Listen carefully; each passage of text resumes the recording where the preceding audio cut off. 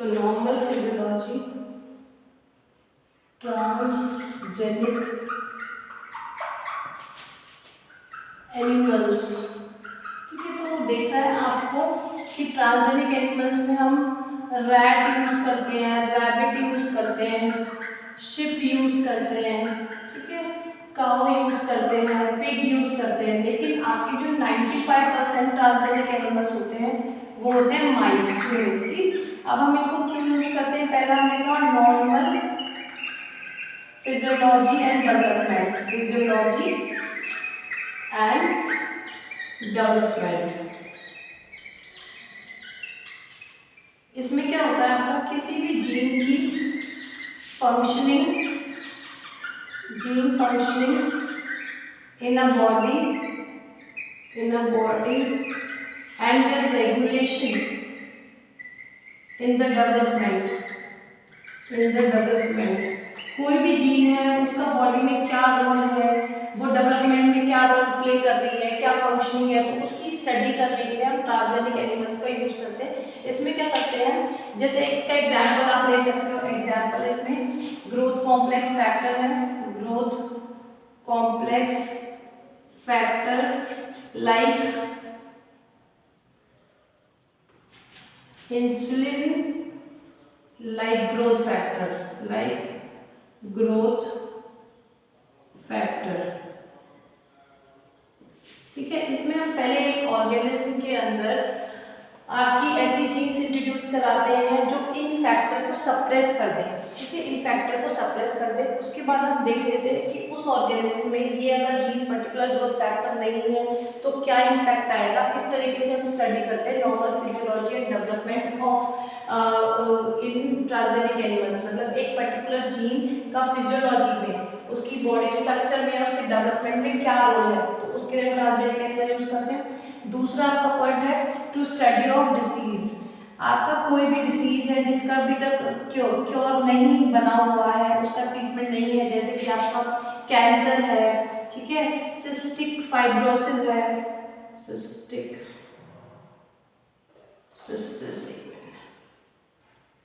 Fibrosis, ठीक है, rheumatoid arthritis है। इन डिसीज के लिए हम ट्रांसजेनिक एनिमल्स को एज अ मॉडल यूज करते हैं, ठीक है। उनके अंदर हम ऐसी जीन्स को इंट्रोड्यूस कराते हैं जो कि वो पर्टिकुलर डिसीज कॉज करते हैं। ऐसी जीन्स को इंट्रोड्यूस कराते हैं, म्यूटेड जीन, जिससे उनकी जीन्स में अल्ट्रेशन आए, एक ऑर्गेनिज्म की जीन में अल्ट्रेशन आए और ये डिसीज के सिम्टम्स हम स्टडी कर सकें। तो वो जीन इंट्रोड्यूस करा के हम पर्टिकुलर जीन के सिम्टम्स और उसको स्टडी करते हैं ताकि हम उसका ट्रीटमेंट बना सकें। तो किसी भी डिसीज को स्टडी करने के लिए भी हम ट्रांसजेनिक एनिमल का यूज करते हैं। और थर्ड पॉइंट आ जाता है आपका बायोलॉजिकल प्रोडक्ट।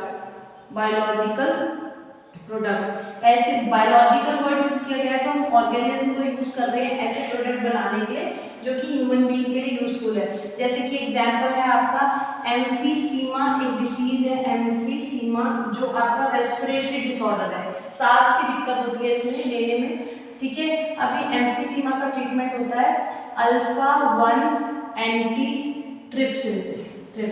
ये अल्फा-1 एंटीट्रिप्सिन है, इसको हम माइक्रो ऑर्गेनिज्म का यूज करके आपका बना रहे हैं। नेक्स्ट एग्जांपल है आपका रोजी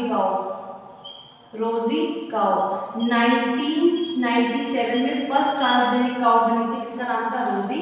इसका जो मिल्क था वो प्रोटीन रिच था, इसमें 2.4 ग्राम प्रोटीन प्रोड्यूस करती थी ये 1 लीटर दूध में। इसके 1 लीटर दूध में 2.5 ग्राम प्रोटीन होती थी, ठीक है। अब इसके अलावा इसकी मिल्क के अंदर आपका था alpha lacto albumin protein.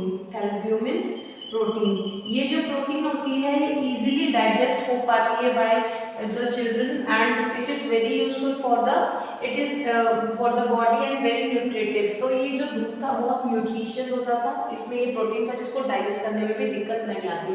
Fourth point आ जाता है इसका आपका वैक्सीन सेफ्टी। अगर कोई आपकी वैक्सीन बन रही है किसी पर्टिकुलर पैथोजन के अगेंस्ट तो उसको पहले सेफ्टी चेक्स होते हैं। तो आप जैसे मैं बात करूँ पोलियो वैक्सीन है, ठीक है, उसकी पहले चेकिंग हुई ऑन माइस, ठीक है। माइस पे अगर ये सक्सेसफुल होती है it will be checked on or given to monkeys, and then at last it is used on the organism like us, human beings. ठीक है, तो कोई भी वैक्सीन है वो उसके कोई हार्मफुल इफेक्ट तो नहीं है, वो बॉडी में जाके एज अ सेफ वर्क कर रही है, तो वैक्सीन सेफ्टी के लिए भी हम ट्रांसजेनिक एनिमल यूज करते हैं। Next one is chemical safety. Chemical safety या इसको टॉक्सिसिटी ऑफ केमिकल भी बोल सकते हो। इसमें हम ये चेक करते हैं कोई केमिकल कितना टॉक्सिक हो सकता है बॉडी में। इसमें भी सेम प्रोसेसर है, पहले हम ऑर्गेनिज्म के अंदर वो जीन इंट्रोड्यूस कराएंगे जो उस ऑर्गेनिज्म को, ट्रांसजेनिक ऑर्गेनिज्म को ज़्यादा सेंसिटिव बनाता है इन केमिकल्स के लिए। ठीक है, उसके बाद जब हम इन केमिकल्स को उस ट्रांसजेनिक ऑर्गेनिज्म के अंदर डालेंगे तो क्या क्या इफेक्ट आते हैं उनकी हम स्टडी करते हैं, तो कोई केमिकल कितना ज़्यादा टॉक्सिक हो सकता है बॉडी में, इसके लिए। तो these are the 5 purpose of which we make transgenic animals. ठीक है, पहला तो नॉर्मल फिजियोलॉजी एंड डेवलपमेंट, दूसरा किसी डिसीज की स्टडी करने के लिए, तीसरा आपका बायोलॉजिकल प्रोडक्ट बनाने के लिए, चौथा वैक्सीन सेफ्टी, और पांचवा आपका केमिकल सेफ्टी। इसके लिए हम ट्रांसजेनिक एनिमल्स का यूज करते हैं। नेक्स्ट टॉपिक है आपका एथिकल इश्यूज। एथिकल इश्यूज क्या होता है आपका, कोई भी ऑर्गेनिज्म, हम कोई भी ट्रांसजेनिक ऑर्गेनिज्म बना रहे हैं, एथिकल इश्यूज, किसी प्लांट को या फिर एनिमल को, जीएमओज आपको पता है जेनेटिकली मॉडिफाइड ऑर्गेनिज्म को हम यूज कर रहे हैं, तो उसको कितने, उसका रिसर्च क्राइटेरिया क्या होना चाहिए, उसकी वैलिडिटी कितनी होनी चाहिए, क्या किस रिसोर्सेज के, आप जिस रिसोर्स को यूज कर रहे हैं किस पर्पज के लिए यूज कर रहे हैं, because it is not ethically right to manipulate any organism. देखो अभी हमने, और ये भी देखा जाता है कि उसको जब हम दोबारा से publicly we introduce that organism, what problem that organism has to face. ठीक है, तो इसके लिए आपके कुछ रूल्स एंड रेगुलेशन हैं, जैसे इंडिया के अंदर GEAC, इसको बोलते हैं जेनेटिकली इंजीनियर्ड अप्रूवल कमेटी। तो ये आपकी कमेटी है इंडिया के अंदर जो कोई जिस पर्टिकुलर ऑर्गेनिज्म में रिसर्च हो रही है उसकी वैलिडिटी और सेफ्टी के कंसर्न के रूल्स ये इशू करती है। तो this is the ethical issues. इसके अलावा एथिकल इश्यूज में आपका आ जाता है, आपको राइस को सबको पता है, तो एशिया में राइस की अराउंड 2 लाख वैरायटीज है, 2 लाख वैरायटीज है।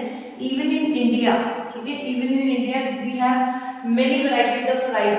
आपकी बात करें हम बासमती राइस की, तो बासमती राइस की 20,000, ठीक है, 20,000 वैरायटीज होती है इन इंडिया।